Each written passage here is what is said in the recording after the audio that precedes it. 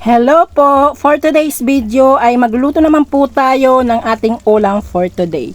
Magluluto po tayo ng pork apritada. Tara, samahan niyo po ako at maghihiwa na po tayo nitong mga sangkap na ating gagamitin.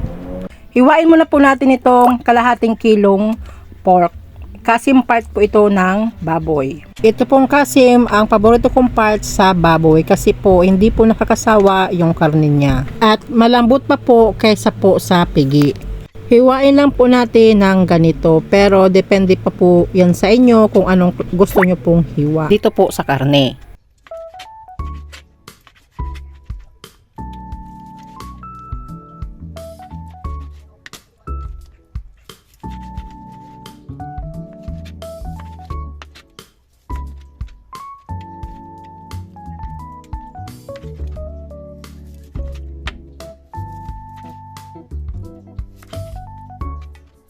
At heto na po ang ating nahiwa. Sunod naman po natin itong 4 na butil na bawang. Ito po ay dudurugin po natin.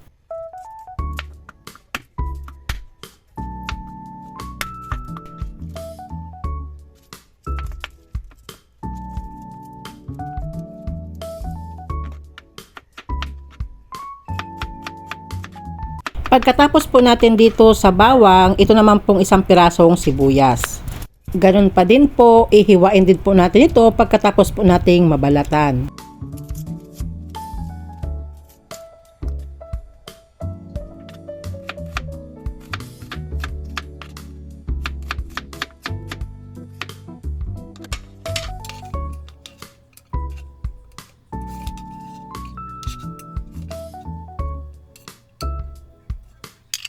Sunod naman po natin, ito pong 1 pirasong carrots. Ito po ay ating babalatan.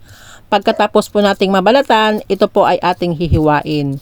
Depende naman po sa inyo kung anong gustong style nyo po sa hiwa ng carrots.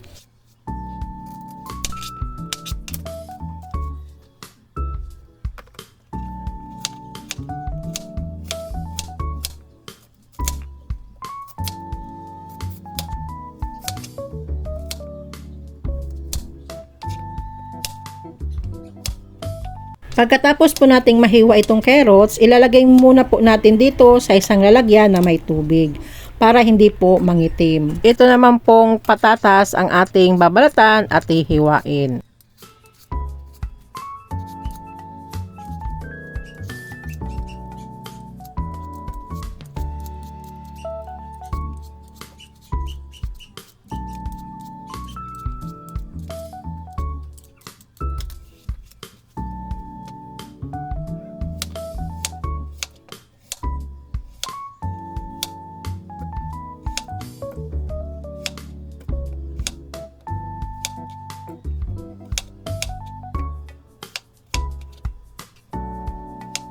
Isusunod naman po natin itong 2 bell pepper. Pero kung may kulay green po kayo dyan, pwede po yung isa ay kulay green. Dahil puro kulay red na ang available ko po dito, kaya ito na lang po ang aking gagamitin. Hiwain lang po natin ng ganito.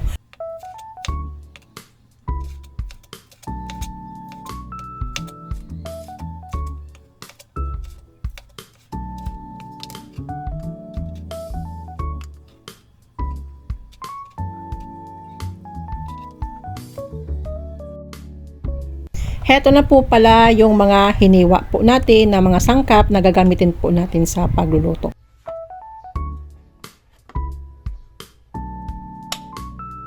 Magluluto na po tayo ng pork apritada. Buksan na po natin yung kalan at magpainit na po tayo ng pan. Kapag mainit na po yung pan, maglalagay po tayo ng 1 tablespoon na cooking oil at 1 tablespoon na butter. Yung butter po pala ay optional lang at ilalagay na po natin or igigisa na po natin itong bawang. Haluin po natin para maiwasan pong masunog. Isusunod na po natin itong sibuyas. Kapag malambot na po itong bawang at sibuyas, isusunod na po natin itong kalahating kilong karne. Pagkatapos po nating mailagay yung pork, ito po hahaluin natin para maiwasan pong masunog. Maglalagay na rin po tayo ng 1/2 teaspoon na durog na paminta. Pagkatapos po nating mailagay po itong durog na paminta, ito po ay hahaluin po ulit natin para nga po maiwasang masunog sa ilalim. Maglalagay din po tayo ng isang pirasong pork cubes.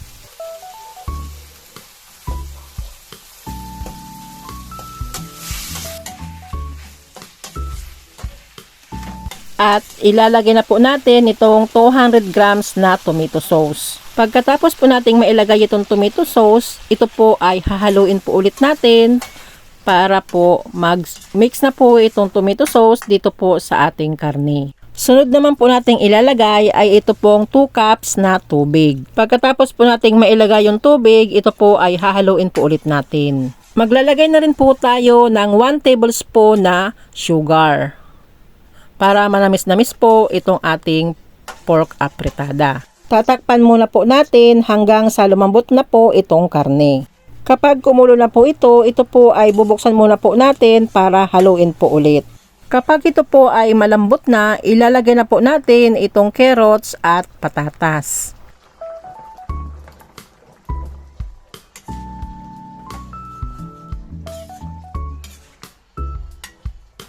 Sunod na po nating ilagay ay ito pong bell pepper.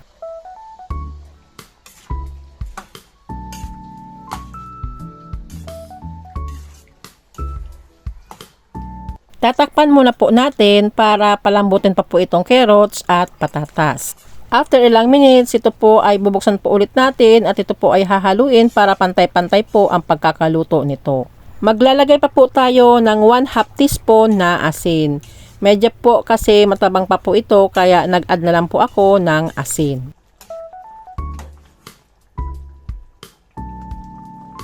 Maglalagay po tayo ng konting tomato paste para po pangpalapot lang po dito sa ating linuluto. Hindi po nyo pakaramihan kasi pag naparami po ang lagay ninyo ay maasim na po ito.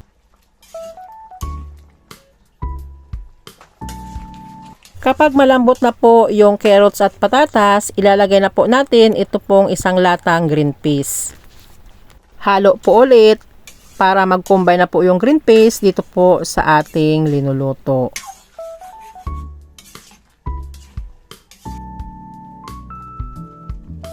At heto na po ang ating linuluto na pork apretada.